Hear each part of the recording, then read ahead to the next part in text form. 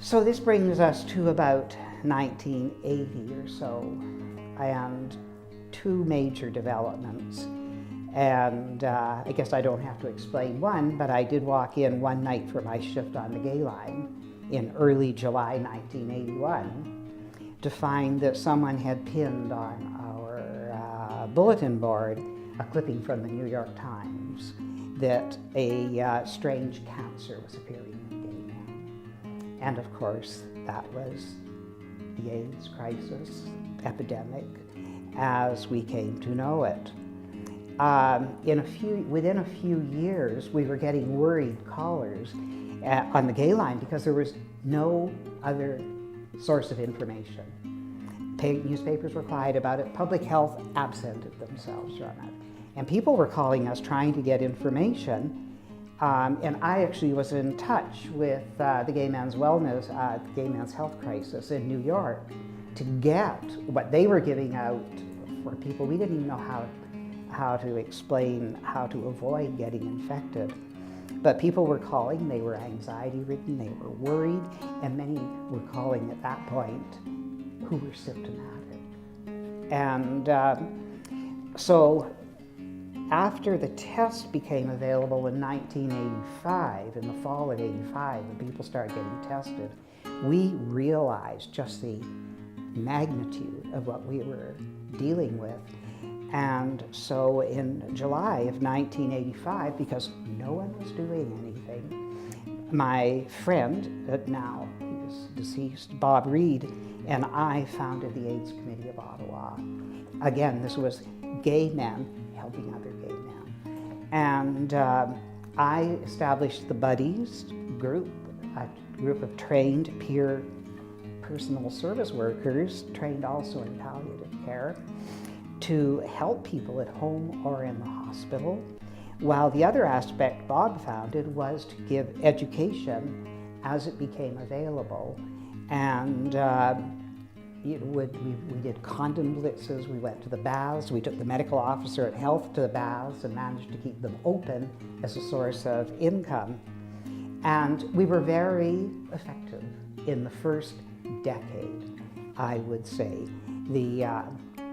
The rate of HIV plummeted, and I think we were at the point fairly quickly where 70 to 80% of gay men consistently use condoms. Once they knew what the problem was, we managed to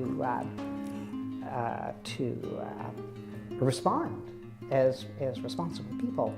A parallel development in Ottawa was the establishment of Pink Triangle Services, which no longer exists. It's now turned into KIND, another organization.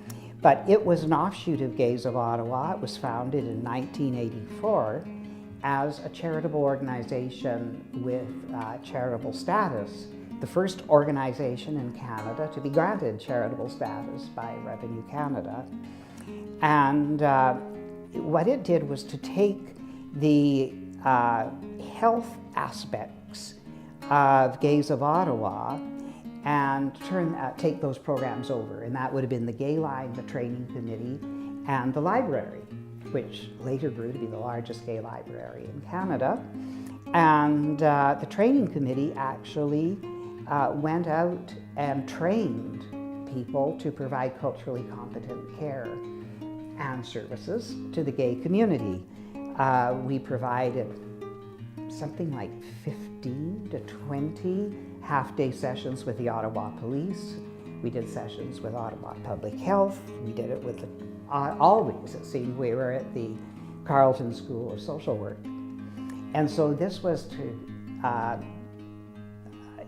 develop the capacity for the health system and other systems to respond to our needs and acknowledge our unique needs and to understand us as a community, because there are a lot of stereotypes out there.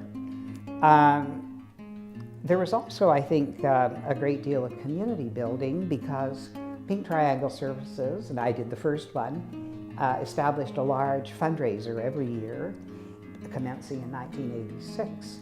And in one evening, the community donated between $40,000 and $50,000 to the organization, which again shows, though this was the whole queer community, it was largely gay men, gay men's capacity to help themselves and help one another.